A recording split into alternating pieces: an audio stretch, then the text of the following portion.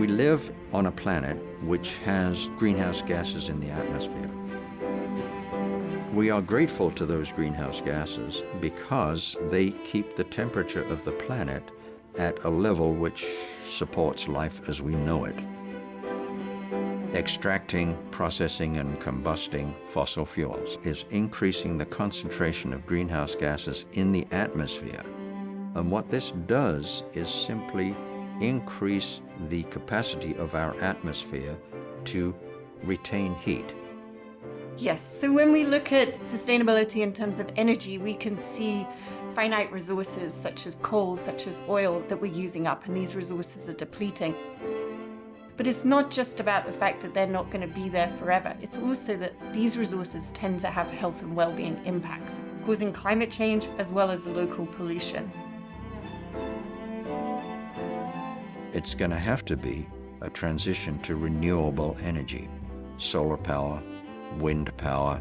We have tremendous potential in the state and are producing solar, we're producing wind. About half of our electricity is actually hydro. We're looking at renewable hydrogen, our geothermal options, and we're looking at offshore wind. It's far more sustainable and a better choice for all. The planet will go on without us, so it's up to us to decide what role we want to have on this planet.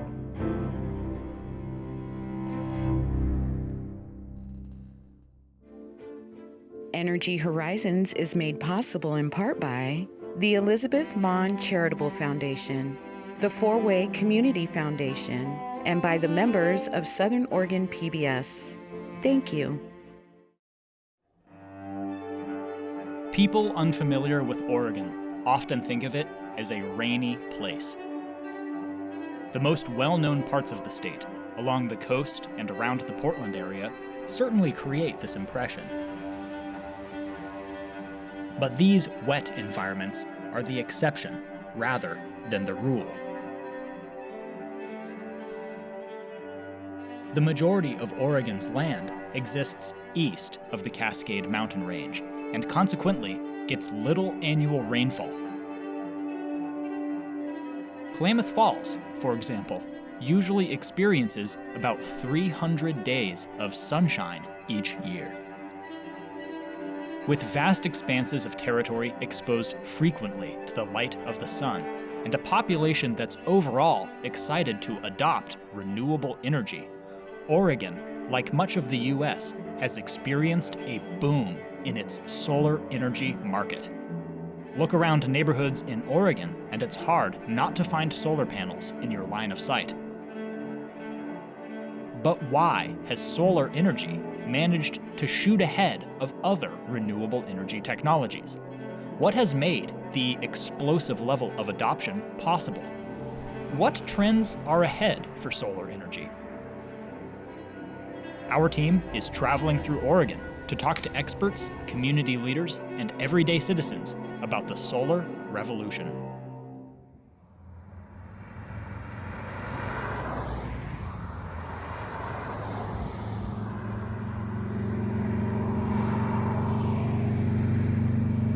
Sounds good. I'm Derek DeBoer. I'm the owner here at TC Chevrolet in Ashland, Oregon. Fantastic, and we're talking about your solar array here. When did you get that installed? Yeah, aren't they cool? It's only been about a year since these have been installed. Jeff with Stracker, he's the creator of these, and we've been talking about doing solar for quite a while, and when he came and presented these, it sort of was just a no-brainer. There are so many benefits to these, it's hard to rattle them all off. I mean, for me, there was everything from being green and kind of putting our money where our mouth is. I'd also been wanting to put a carport in the front line here to create some shade for the cars. They happen to do that. And then as far as the solar and the green side goes, they create almost 50 to 70% more power than just putting solar panels on the roof. So we're actually far ahead of even Jeff's projections as far as when they'll pay off. Saying somewhere between 3 and 5 years we'll be ahead of the game from what we've spent. So they're pretty impressive. Rolling on that one, rolling on that one, just to sync them all up. You've done this before. Oh yes. Solar collection is clean, it's quiet, accessible for most people in our culture, and it can be hooked directly up to distribution grids. The solar industry has come a long ways. Price is 1/10 of what they used to be. The production that we're getting out of our panels is greater. We have a lot of people coming to us wanting to go net zero, wanting to be able to offset all of their electricity bills or their energy bills. The Stracker units are a pretty bold testimony to the owner's commitment to technology, renewable energy, and helping address the climate situation we're in. The solar field, it's more efficient on sunny days, and when it's operating, it supplies about 30% of the campus needs. The power that's generated is sold to Oregon Tech at a reduced rate, so it's cost benefit to Oregon Tech, and it's also a very good teaching tool for our students. The solar field there, it was built 2011, about 10,000 panels, occupying about 16 acres of land. What I have here is the most typical silicon solar cell. This is mainstream technology right now. As you can see, this is wafer thin. I mean, it's actually less than 1 millimeter. It's like, sure, it doesn't take much to break this. Even with my hands, this one just splashed into pieces. And it's, well, don't worry.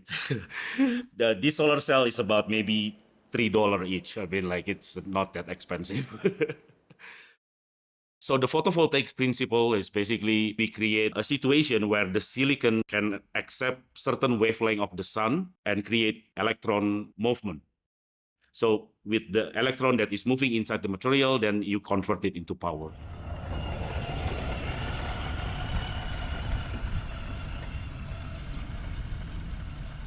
So we're in Owen Hall. We do thin film materials research, and we have a solid foundation of equipment for the full fabrication of thin film devices from start to finish. Will it be your first time to wear this suit? This was my first time, yeah. Okay. Never gotten to do this before. Yeah. Thin films are a huge worldwide industry that encompasses everything from computer chips to photovoltaics. Those thin films can be as thin as a few atoms thick. In this lab, the thickest that we produce are probably up to about a micron thick. The classic analogy of a human hair being about 70 microns. So we're talking about extremely thin layers of materials. This is a silicon wafer that has 1,200 thin film transistors on it. In our work, these would be considered very large, and they're still visible to your eye. This particular machine combines electron beam evaporation, thermal evaporation, and sputter deposition all into the same chamber. This machine was used extensively for research into ultra-high efficiency absorbers for photovoltaics. It'll process 6-inch wafers, we call them 150 millimeter wafers. So yeah, when we talked to Dr. Arif Budiman, he had example solar cells that were literally 6 inches across. He sort of demonstrated us how delicate those can be because of their extreme thinness. I guess this is the type of device that you produce that kind of technology in. We have deposited thin films in this machine as thin as 10 nanometers thick. At that point, we're talking about dozens to hundreds of atoms thick.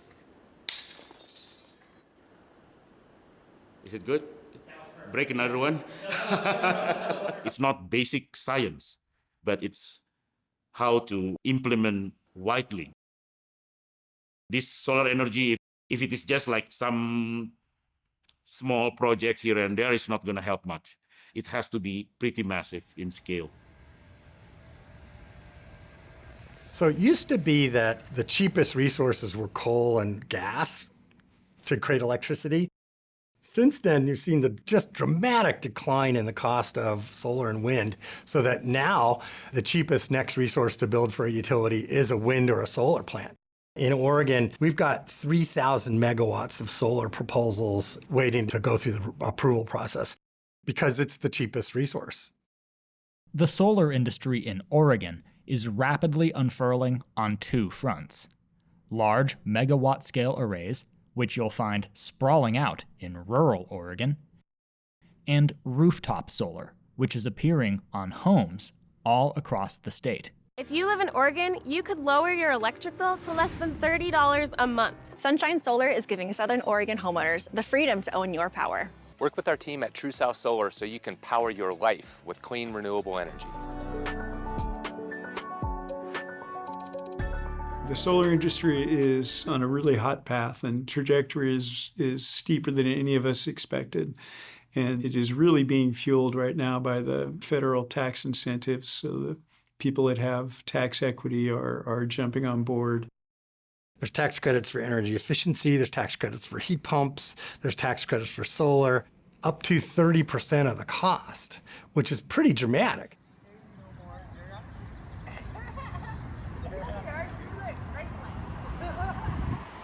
That's one of the biggest incentives for residential solar systems.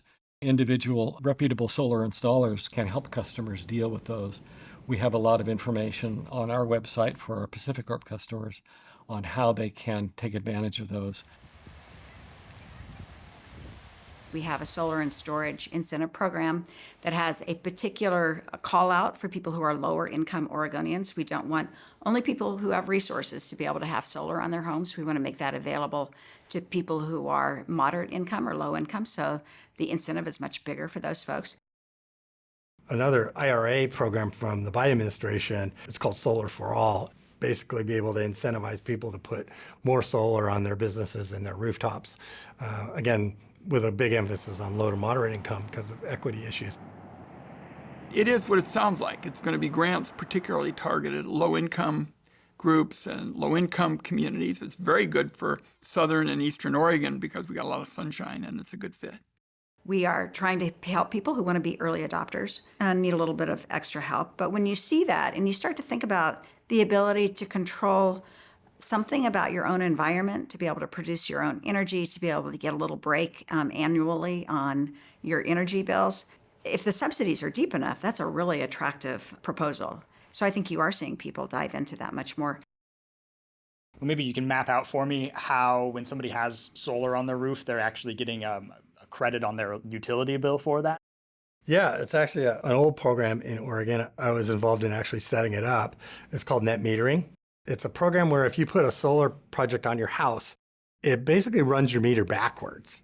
So you're getting paid the retail rate, whatever you're paying your electric utility for that power that you're generating. It helps you pay for that system by every time you generate, you're making money. It's called net metering because it should only net out what you use. So if you only use 10,000 kilowatt hours a year, and you generate 10,000 hours, you're net zeroed out. Most of the customers are on kind of an export credit tariff, which means that for electricity that they produce over what they use, they can export that to the grid, and that tends to be used kind of in their local area, and they get a credit on their bill for that. One of the things that's been changing is when those programs were originally developed. They were developed so that customers were reimbursed at the retail rate. That did introduce a subsidy inside the residential class of customers. The way rates are calculated, that meant that customers that weren't using solar systems were subsidizing those that did. It was a conscious decision by utilities and the regulators to do that as an incentive to get rooftop solar started. And it's been very successful because the cost of systems have really declined. Utilities are moving toward a more cost-based model. That does reduce the export credit that customers get for their excess power. We want to avoid an intraclass subsidy so that those customers are paying the full cost of their use because they're not only using the utility system to provide power to them when their system isn't generating, they're using the system to export energy, to the system for which they receive benefit. In trying to move that arrangement to a more cost-based system, we have faced a lot of questions because it results in a change in the economics of a solar-based home system. The big utilities have not always been as receptive to rooftop solar as they could be. Some of that is how does that move into the grid and how does it really benefit the distribution of energy within the grid? It's important that those systems be designed so that the costs that customers introduce onto a utility system are costs that they paid for. The retail rate has a whole bunch of other costs embedded in it. It's got customer service costs, it's got transmission systems, it's got generation As we have worked to adjust the export credit, it has been a difficult discussion with some of our customers. We're making progress. That industry is a little bit more robust than it was in its early days. It's time to make those adjustments so that customers who don't choose to use solar are not subsidizing those who do. You know, one of the challenges, the big picture challenges we have, is that for our investor-owned utilities, there is money to be made in producing and using your own power. That's something that really benefits people who are ownership roles in your company.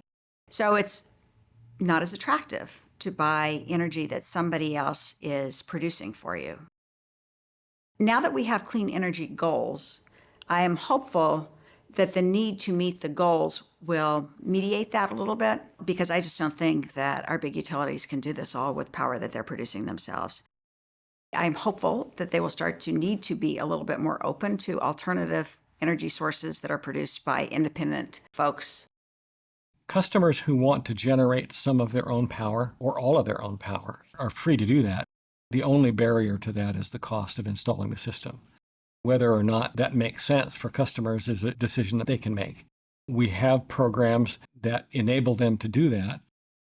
Tax credits and utility incentives and other incentives are better than they've ever been.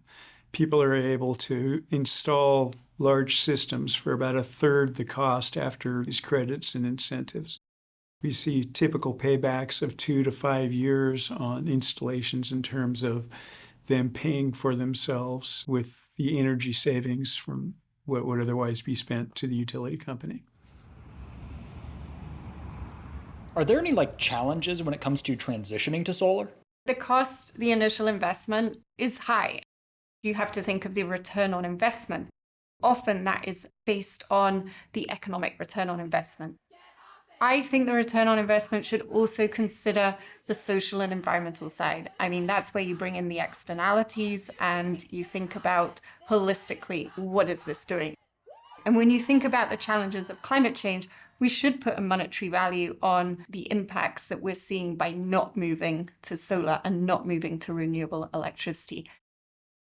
The returns of investing in solar are worthwhile, but the fact remains much of the population is not in a financial position to afford that investment, even with tax incentives and net metering. Bringing more people into the solar revolution will require some alternative models. I know not everybody can put solar panels on their roof, but there are other ways of doing that through community solar.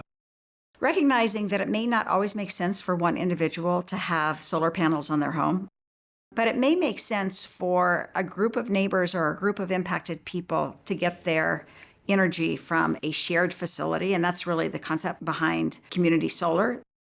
We buy into a solar farm that is generating solar power over here, equivalent to what we use in our homes, which is an incredibly effective way for people who are rental occupants or have roofs that simply are not amenable to solar panels.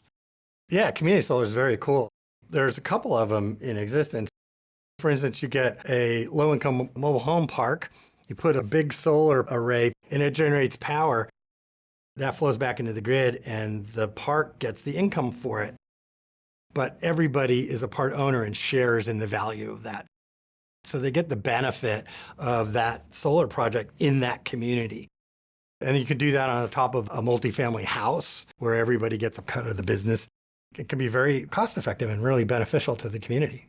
In Southern Oregon, the nonprofit Solarize Rogue has found success as an early pioneer of community solar.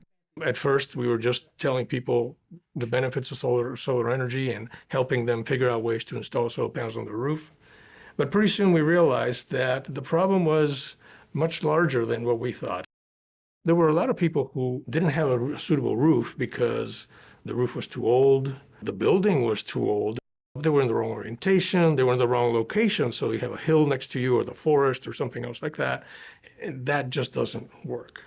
But wait a minute, not everybody's a homeowner. What happens with people who live in a rental? What happens to people who live in a mobile home park? How do we help them come up with access to solar? And so that's how we got started. We didn't quite realize at the time that the state of Oregon had already been thinking about something like this, and in 2016 passed a law that said that people could actually pool their resources together, build a solar system, and then partake on the energy. Finally, in 2020, the Oregon PUC actually published the actual program implementation manual for the community solar concept. When that came out, we said, aha, here's our opportunity. So we started approaching the Oregon Shakespeare Festival because they have a very large building in Talent with a huge roof. And we thought that would be a perfect site for us to locate a community solar project. And we wanted to do it small because we didn't really know where this was going to go. The concept was, we're going to ask people to pay for their panels. And we're going to take all that money, build the system, and then the energy that the system generates, which goes directly to the grid, it doesn't go to the people's houses, goes directly to the grid, get bill credits as a proportion of the amount of ownership that they have on the system. The minimum size for a community solar in Oregon was 25 kilowatts, which is very small. I mean, just to give you an example, a typical house uses about 5 kilowatts or could use a 5 kilowatt system. We set a stretch goal for 60 kilowatts. We had to close it down at 141 kilowatts because we ran out of roof space, right, within 3 weeks. And so that was very, very good. We tried to do solar panels on our house here, but we were told that we didn't have enough sun. But we could cut down a tree. That didn't go over too well with us. So fortunately, a few years later, we heard about this community solar project through a friend of mine. I'm very concerned about climate change, and I knew we needed to dramatically increase solar energy in every way possible. My roof wasn't right for solar. If you take a look at this house, you can see that there's some trees that are kind of blocking the southern side of it. I found out I could participate in this community solar system that Ray was putting together, the Solarized Rogue. We had a couple conversations, and I gave him our energy usage bills, and then he told us how many panels we could get. We put in a down payment. This was in 2020, and so it took us until 2022 to actually flip the switch because it's a lengthy process. I mean, it's not as simple as putting solar panels on your roof. You are considered a power plant. Under the power plant regulations, there's a lot of rate type that you have to go through. We had to work with Pacific Power and the PUC because nobody knew how this worked because we had just invented it, right? It's cool that he stepped forward and had some success, but it hasn't been easy. They were finding things as they went along that extended the whole process. Pacific Power owns that energy. They buy it from the system, and they pay a certain amount of money for that. You turn on the lights in your house, and you, at the end of the month, you get a bill. Pacific Power looks at this energy that they purchased and said, oh, well, you know what? Keegan owns a certain percentage of the system, so a certain percentage of the money that I paid for that energy has to be assigned into Keegan's bill. Say, for example, that the utility owes you $80 for that energy that they purchased, and your bill was for $100, then you only pay $20 on your monthly bill. On your power bill, it'll say like how many kilowatt hours I got from the system, and we get credited like 9.77 cents per kilowatt hour, and I would get throughout the year maybe over $600 worth of credit. Yep, it has your solar credit right there. Yep, it's right really there, and that'll say here. So $190.49 was a credit for it says the Oregon Shakespeare Festival Co-op project. So I put out a little over $9,000, all right, and it pays for about half of my power. In some ways, I would like to get even more, but it's going to pay for itself in only 13 years. The typical installation of solar panels in a house costs between $15,000 to $20,000. The average home in Oregon requires about a 5 kilowatt system. If you were to translate that to a community solar project and you bought 5 kilowatts of panels, the cost would be somewhere between $7,000 to $10,000 compared to the $15,000 to $20,000. So it's got, again, cut in half. It's simply a matter of economy of scale. If I'm going to build a 200 kilowatt system, it's going to be much cheaper to build that one system than to build a series of 5 kilowatt systems on other people's houses. At the end of the day, you're paying less because it's cheaper to build. The federal government is giving participants a 30% tax credit. When you think about, well, maybe the system is going to cost me, let's say, $10,000. Now take over the 30%, that's $7,000. If we actually are able to get grants like we did for the OSF building and whatnot, those costs keep going down.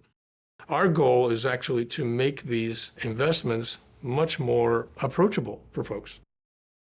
It's sometimes difficult to find the right people who want to be a part of that. I think there are some challenges with the receptivity of the utilities to take and buy that power. So it's not a fully developed program, but I think it's one that has a lot of interest.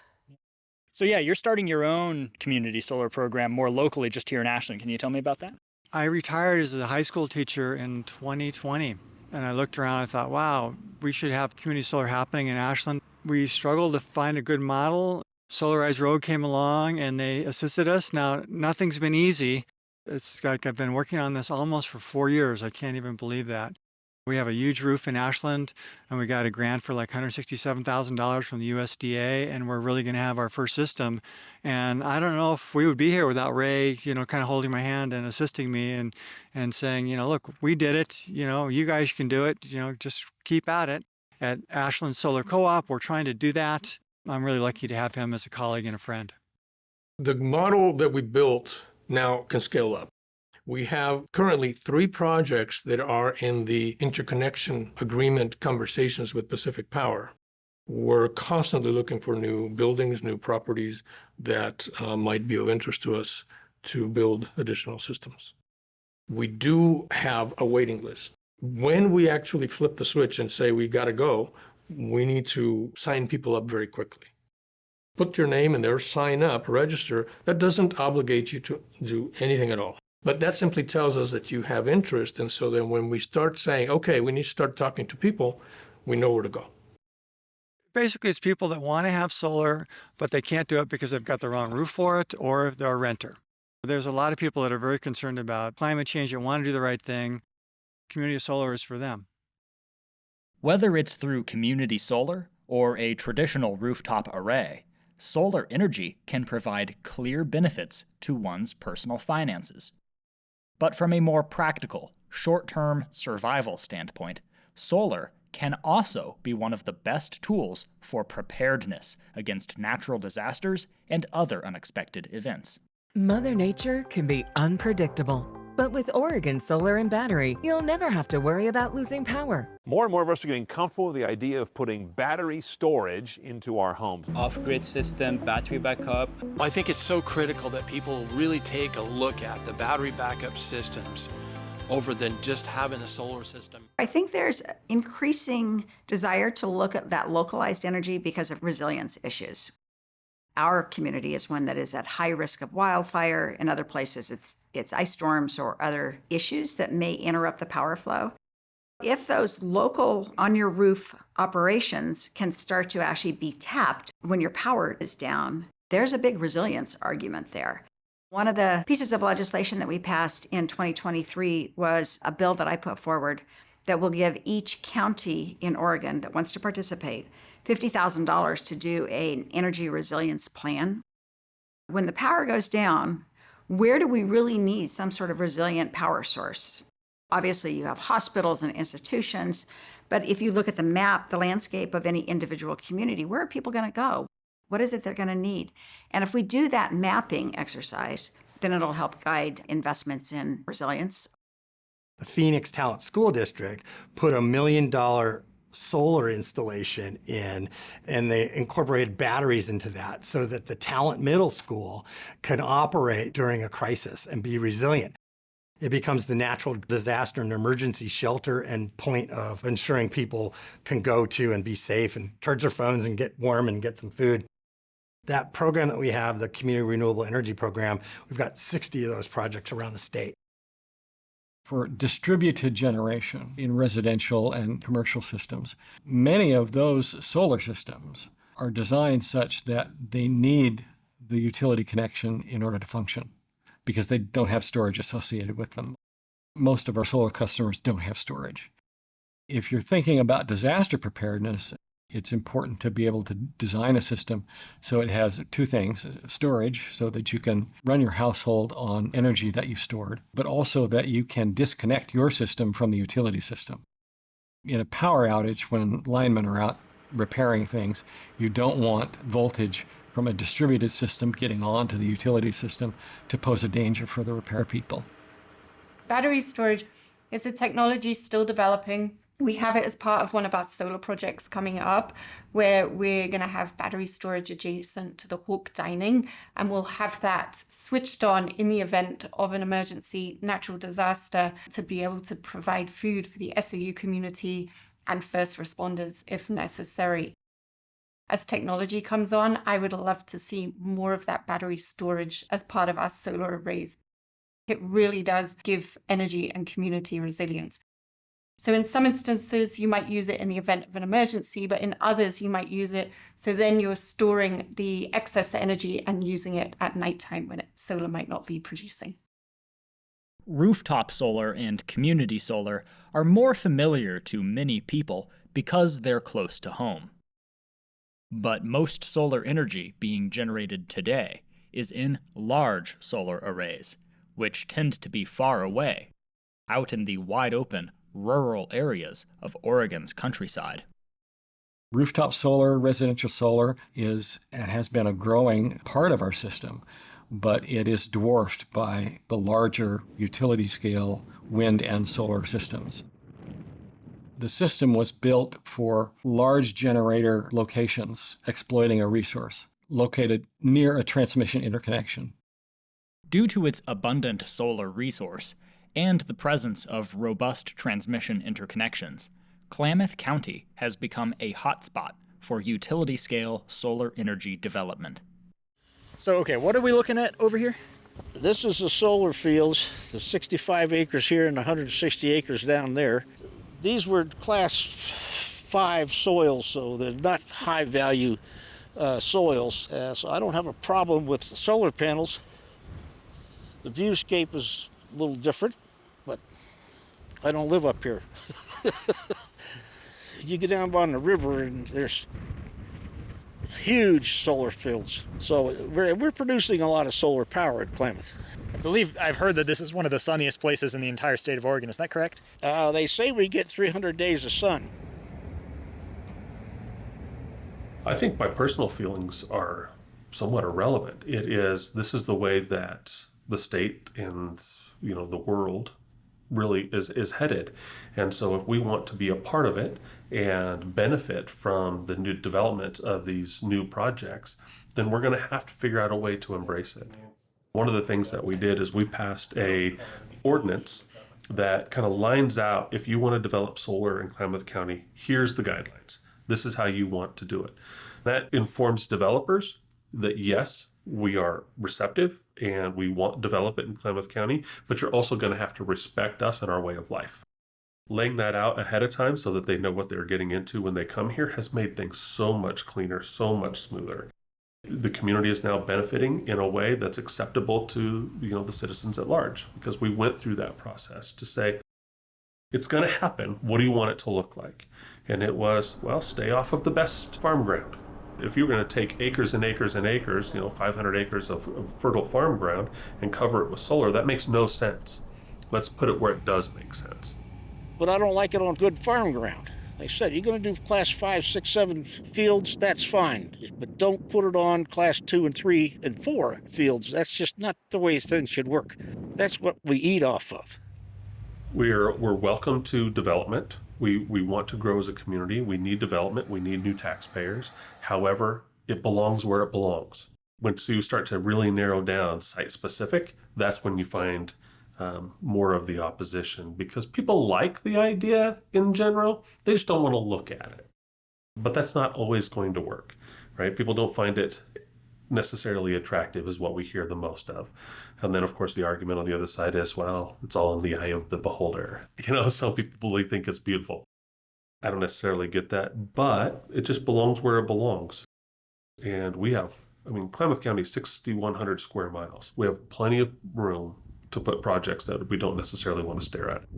Klamath County has made great progress in shaping rules to direct solar development into spaces with minimal conflict, though it hasn't always been perfect. Land use has often been a significant aspect of conflicts throughout Oregon's history. This bill guarantees that Oregon's coastline will remain secure for generations to come. Truckers tied yellow ribbons to their vehicles, and some put spots on plastic owls, a symbol of the animal they say environmentalists are using as an excuse not to cut down trees. New construction to accommodate a fast-growing population butted up against the farm and forest land that Oregon is known for. The proposed Greater Idaho would encompass all or parts of 17 counties in eastern Oregon. They want to have a stand. That's what we're here for. We're gonna take the water one way or another. We'll take it. The solar revolution is adding one more thing, competing for space and resources on Oregon's physical landscape. I mean, you have seen the solar farm that we have in OIT. It requires a lot of land. What is ideal for solar photovoltaics, it will be like a large area, flat, sunny, with easy access to water. We are going to need a lot of land. Problem is, those kind of lands, flat, large, sunny, with water, are occupied already a lot by agriculture, which is also important. Agriculture is basically our food. We cannot have all the renewable energy that we want, but not eat. It will, if it is not already right now, it is already competing with the agriculture. Land use does not always necessarily have to be a choice between one thing or another. It turns out that the relatively newer tech that is solar is benefiting from an age-old practice, sheep herding. Grazing among the nearly 500,000 solar panels covering the 1,200 acres, that is, Pashwiwet Fields in the heart of Gilliam County. It's like Thanksgiving for them every day, right? You'll find Cameron and his flock. And we raise Rambouillet sheep that are suited for our arid eastern Oregon climate. Some farmers have started experimenting with ways to make land productive for both agriculture and photovoltaics, leading to the rise of agrivoltaics. He's still able to get his wool, he's still able to get his meat, and the sheep, as they pass through here, their droppings are making the soil better with microbes and nitrogen, so it's just a big win-win for the whole company. The question comes very clear. I mean, do you want solar panels or do you want food? We can actually do a lot of things with the land under the solar panels, right? Grapevines don't wither with the sun. Lettuce grows better because it's a little bit shaded. There's less water consumption. The sun is not really evaporating. I mean, there's some advantages to building something, agriculturally speaking, underneath those panels.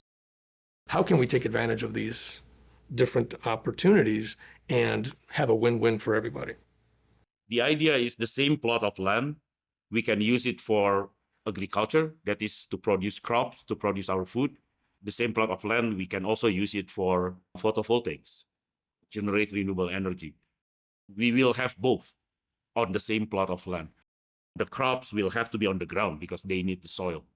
So then we need to elevate the solar photovoltaics so that we put the panel with some elevated structure. With our conventional solar panel, as you can see already in the solar farm, they are heavy. The structure needs also to be very strong. So we are doing this kind of novel design of PV panels. We use different kind of material. I can even make it with some sort of transparent polymer that is as strong as glass. It can actually curve. It can actually follow some contour. It's the same solar cell. Instead of a glass and metal aluminum, we use just lightweight material. With that lightweight solar PV, then we don't need to build like very heavy structure. In fact, we can just build some sort of like a greenhouse and put the solar panel integrated with the greenhouse. And that's what we call photovoltaic dome. We plan to build a real size, actually, somewhere on the campus. That's one of the projects. Hopefully, if we meet again 2 years from now, that's something that we can visit and tour and discuss. The land use issue has inspired innovation, both in academic and private circles.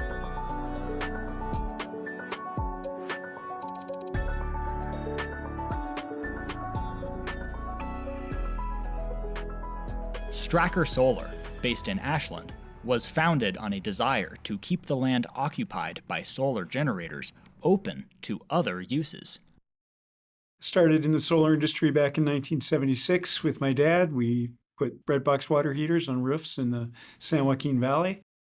We started Stracker in 2016 after working in California under their Proposition 39 program to help Northern California schools start renewable energy programs. We were installing a 6-tracker installation down in Grenada Elementary in Northern California using dual axis trackers from All Earth Renewables. And we were really impressed that we were actually seeing 70% greater energy gain using the same panels. At the same time, we saw that we were having to fence off large areas of the school grounds to be able to do these installations. And that's when the light bulb came on that, if we can pole mount these things and make them robust enough, we won't need fencing below and we can maintain these playing fields down below. So we started designing and testing a pole-mounted structure here locally at Oak Street Tank and Steel and developed what's now become the Stracker system. It is becoming the premier elevated dual-axis tracking system in the country. Strackers are the most efficient solar harvesters available anywhere right now. They produce 50 to 70% more energy than fixed arrays, and they open up a whole new array of installation areas that were otherwise previously unopened to solar. For instance, you see your current solar farm installations, massive expanses of solar farms, just all these fences and you can't access anything. The Oregonian in me, I'm like, man, what about all the animals? What about how the animal's going to get through? Or what about natural habitats or whatever? You have to protect it from other people, which means fencing. Well, when you have a solar panel 20 feet in the air with no access to it, unless you have a bucket truck, you forego the need for fencing. There's no safety hazards or anything really to concern yourself with the fence about. You're not disturbing natural habitat. The animals that are native to the area still have free access to do whatever they need to do, go where they need to go, and you have this massive energy production monster over your head. These are being installed in this parking lot, and you have a 650 square foot solar array above your head, but you only have a 3 square foot footprint that's being taken up from our foundation. The utility solar market has set the bar for what is the best way to generate electricity, what is the most cost-effective way to do that. Originally, those large fields of solar panels that you saw 20 years ago were fixed mount solar, and that has given way over the last 20 years to single axis tracking because they could get 30% up to 40% more power than the fixed panels. So as fixed solar transitioned to single axis tracking, so shall single axis tracking evolve into dual axis tracking. We maximize the amount of solar that can be gotten out of any particular solar panel, and by doing that, we reduce the number of panels we need to produce and the waste associated with those panels 30 years down the road. Dual-axis trackers tried to compete with single-axis trackers back in the 70s when utility solar was starting to take root. Because it was a race to the bottom for the cheapest way to get things in the ground, corners were cut, and dual-axis trackers earned a poor reputation in the industry.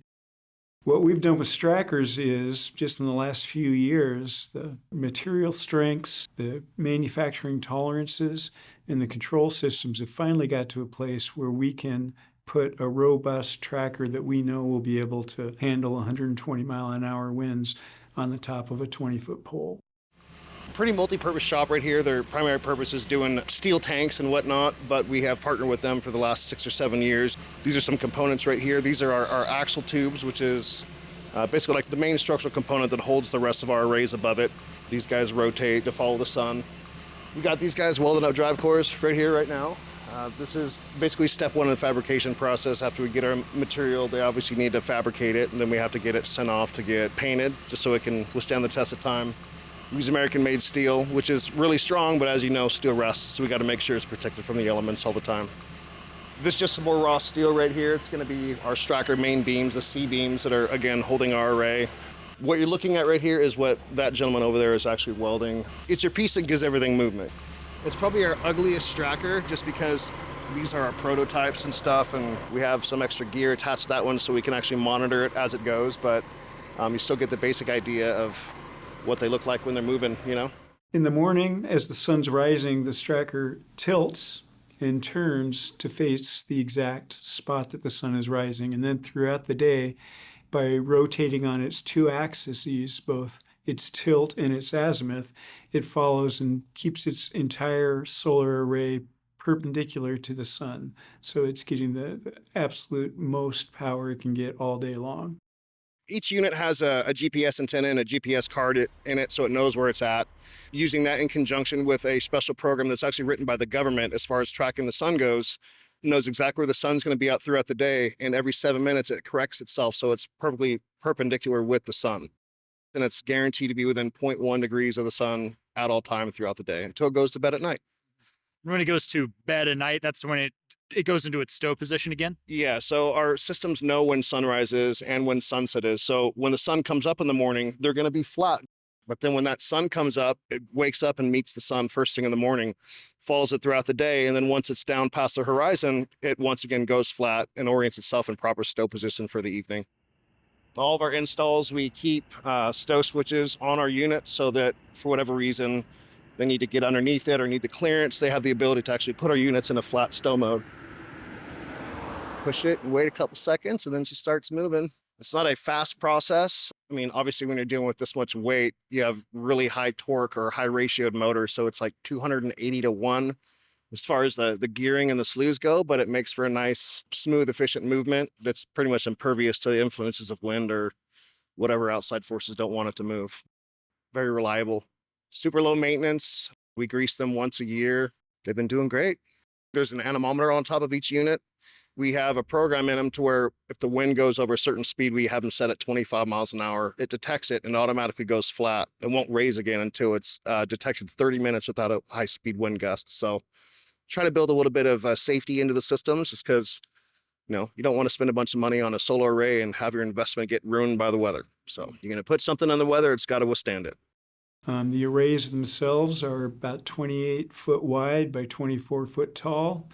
We have up to 15 kilowatts worth of solar panels we can put on that. These are the Z-Shine Solar 450 bifacial panels.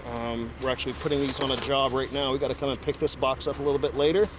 I'd open it more, but just going to make it harder for us in transportation. We do have an active job site going, and if you guys would like, you're more than welcome to follow me on over and watch me tell people what to do. Yeah, by all means, let's go. Well, we're pretty excited about our local clients. We have TC Chevy, that was our first retail dealership installation, car dealership. Franz Bakery is using us for their distribution center, intend to use us elsewhere.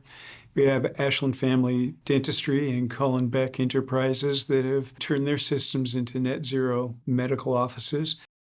Yes, I'm a dentist here in town, and we built these in 2020 to power the office. In 2010, we decided to look into solar, but we couldn't ever make enough power to power that building.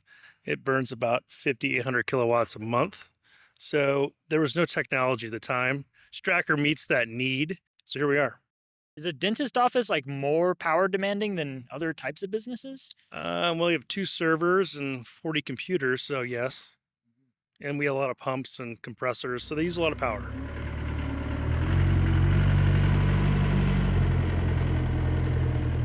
So this is, we call it the Service Center 6. This is for the city of Ashland.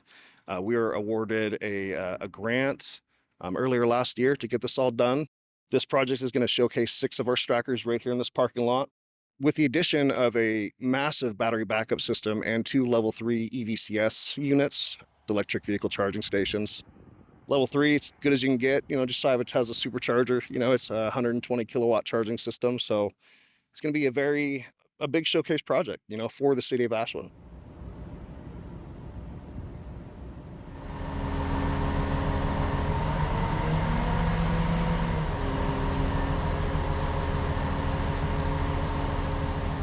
So what are we looking at here? So we call this flying the array. So down on the ground on the racks, we work and wire up all the modules, connect everything, make sure it's all working properly, and then we set the poles, get those level, bolt tighten down, and then we pick up the whole array, bolt it to the top.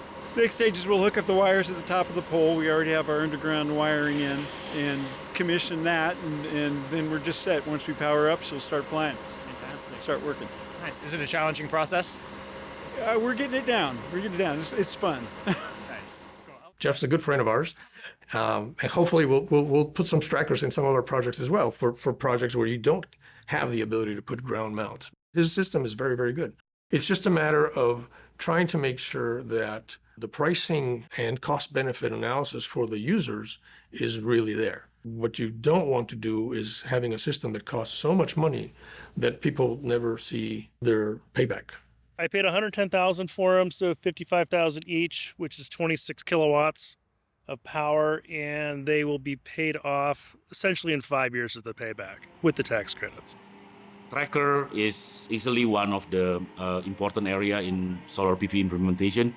Tracker is expensive, but I think just like with any other technology, once it's fully developed, then there will be mass produced, then it will make economic sense. It's a big nut.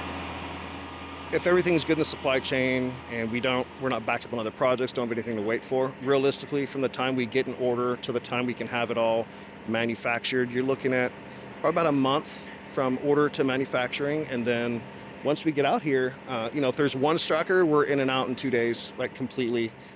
It depends, and it looks like we're about to be extremely backlogged with manufacturing. So, have new orders for this stuff ramped up?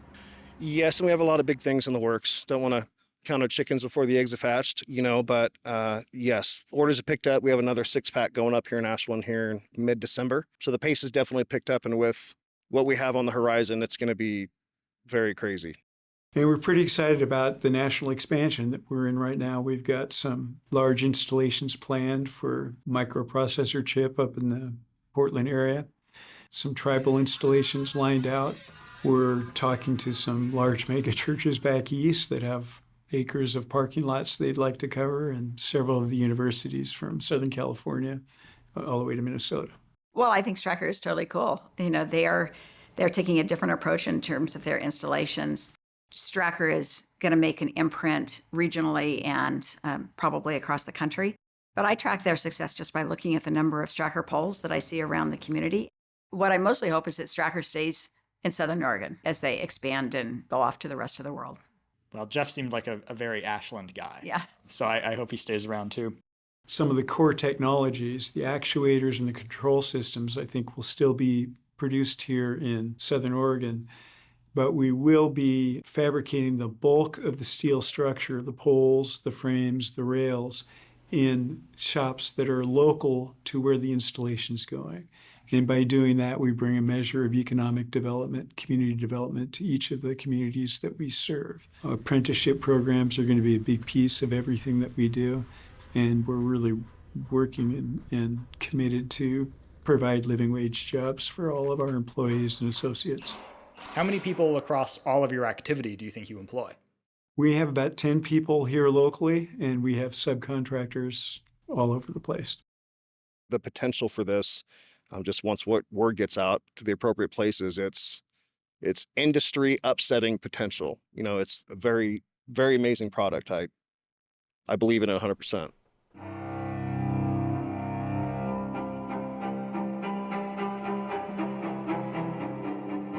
I think we have the technology to do this. I think the biggest challenge that we have is trying to understand how do we transition from a fossil fuel economy to a, let's call it, renewable energy economy without leaving too many people behind. We're humans. We're good at what we do. And I happen to believe that if we wanted to solve the problem and bring everybody with us, we could. If we put our politics and other preconceptions behind us, we can do this. We can do this. And when my dentist, who's a terrific person, but not necessarily a Democrat, put Stracker Solar in his side yard, I knew that we had burst through some of the concerns about solar or renewable energy. I'm believing that climate change is the toughest issue of our time, and believing that if we come together as a culture with our policies and with our expectations, we're going to be able to turn this thing around. The future is that solar panel will not just be flat and put on the rooftop. It will be everywhere. Some people will say, well, you're doing this because you're trying to help with the climate, right? And try to remove yourselves from fossil fuels. Well, that's true, but if you can also prove that whatever you're doing is financially beneficial money seems to convince a lot of people. Wherever they stand on the spectrum of climate change, money will always be one of those things that will say, oh, well, tell me more. You don't have to identify as being progressive politically to understand what the benefit of having solar that's flowing in and providing your own electricity and reflecting on your energy bills is going to have for your operation, whether it's a home or a business. Glad that I'm here in the beginning stages of it, just watch it take off. We're on the launch pad, completely fueled up, just waiting for that countdown, and it's starting. I still am hopeful that we will have a grassroots movement that will get us there for people like your sake. I mean, some of us are already past our prime, but for younger people, for younger generations, we have to do this. I think it's just such a good way to push boundaries and show that, if we all play our part, we can rewire America and have a much better, more sustainable way of living. I'm believing as a culture and as a species, we're going to be able to make those changes and that we're going to come together and set the policies to get this on the right track while there's still time.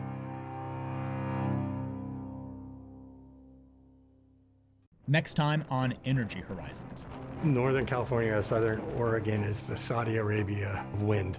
Turbines that we're using at sea are getting ever larger. Some of these areas overlap with hotspots for fishing, which creates conflicts. We support the idea of renewable energy. We don't support destroying our environment doing it. But it's something that has an enormous amount of potential. Thursday night at 8 on Southern Oregon PBS. Energy Horizons is made possible in part by the Elizabeth Mon Charitable Foundation, the Four-Way Community Foundation, and by the members of Southern Oregon PBS. Thank you.